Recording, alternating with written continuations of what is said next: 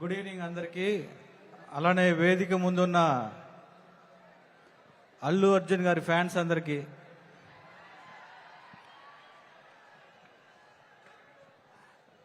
పుష్ప అనేది ఒక బ్రాండ్ అయిపోయింది ఈరోజు ఇండియా మొత్తం.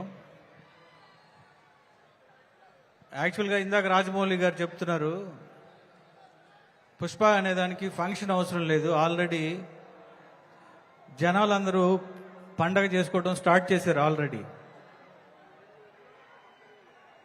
నేను మామూలుగా ఒక విషయం చెప్పాలనుకున్నా.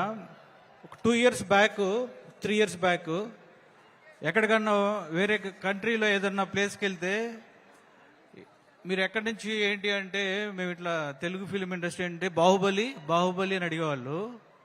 ఈ 1 year నుంచి తెలుగు ఇండస్ట్రీ ఎక్కడి నుంచి అంటే పుష్ప అని అంటున్నారు.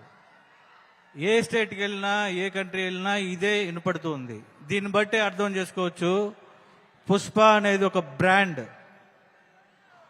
అల్లు అర్జున్ గారు ఒక బ్రాండ్ ఈరోజు ఇండియాలో. అది మామూలు విషయం కాదంటే, నేను బన్నీ గారిని చాలా దగ్గర నుంచి చూస్తూ వచ్చాను. ఆయన కసి, ఆయన